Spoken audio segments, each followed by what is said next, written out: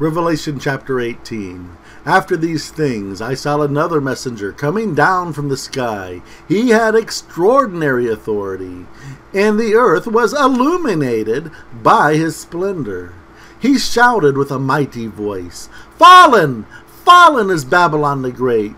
She has become a cavern of demons and a haunt for every unclean spirit, a haunt of every unkosher and abominable bird, and the haunt of every unkosher and abominable predatory beast. Every nation has drunk the wine of her rage, and the kings of the earth have participated in her prostitution. The merchants of the earth have become rich by her lust for power." I heard another voice from the sky. Saying, "Come out of her, my people, so that you don't participate in her sins and don't suffer from her plagues. Her sins have piled up to heaven, and Jehovah has remembered her wicked behavior. Pay her back the way she has paid others. Only repay her double, proportionate to her deeds. Pour her a double from her bowl of cocktail. Give her the same degree of torture and sorrow as she gave herself promiscuously, because she said to herself, 'I sit enthroned as queen. I am no widow. I'll never be grieved.' So in one day her catastrophes will come, death, mourning, and famine. She will be burned to the ground, because our Master Jehovah, who judges her, is valiant. The kings of the earth who committed prostitution with her, reveling in her luxury, will cry and mourn and wail over her when they see the plumes of smoke of her burning as they stand in the distance, frightened by the refiner's fire, saying, 'How terrible! How terrible! It is for the great city, the mighty city of Babylon. Your crisis appeared in a single hour.' The merchants of the earth will mourn over her, since no one can buy their cargo anymore.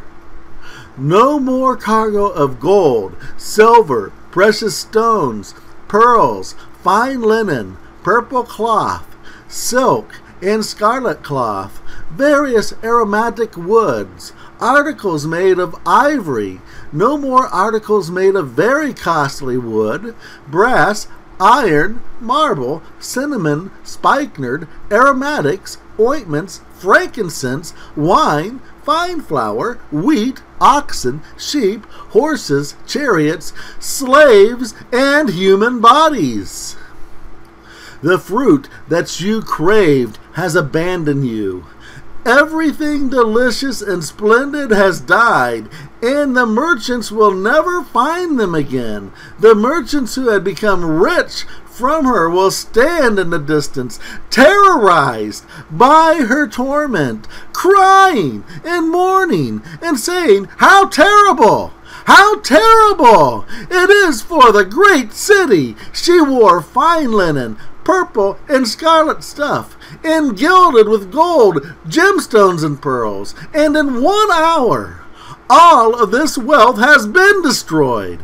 Every nation and every navigator sailing anywhere, mariners, anyone making their living from the sea, stood in the distance, and when they saw the plumes of smoke rising from her flames, they cried, 'What other city is like this great city?' They threw dust on their heads, and they wept and mourned, and they cried out, 'How terrible!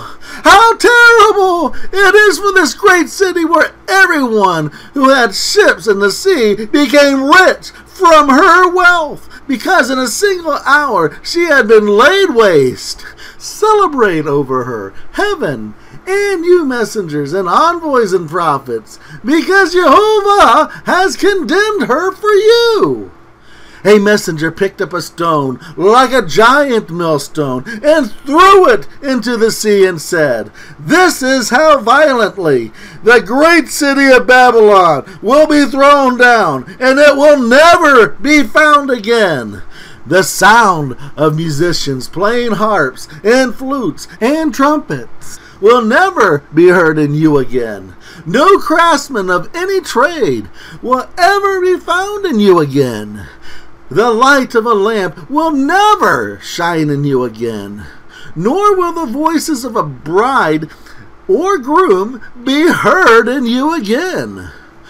Your merchants were the most influential men on earth, and every nation was seduced by your sorcery.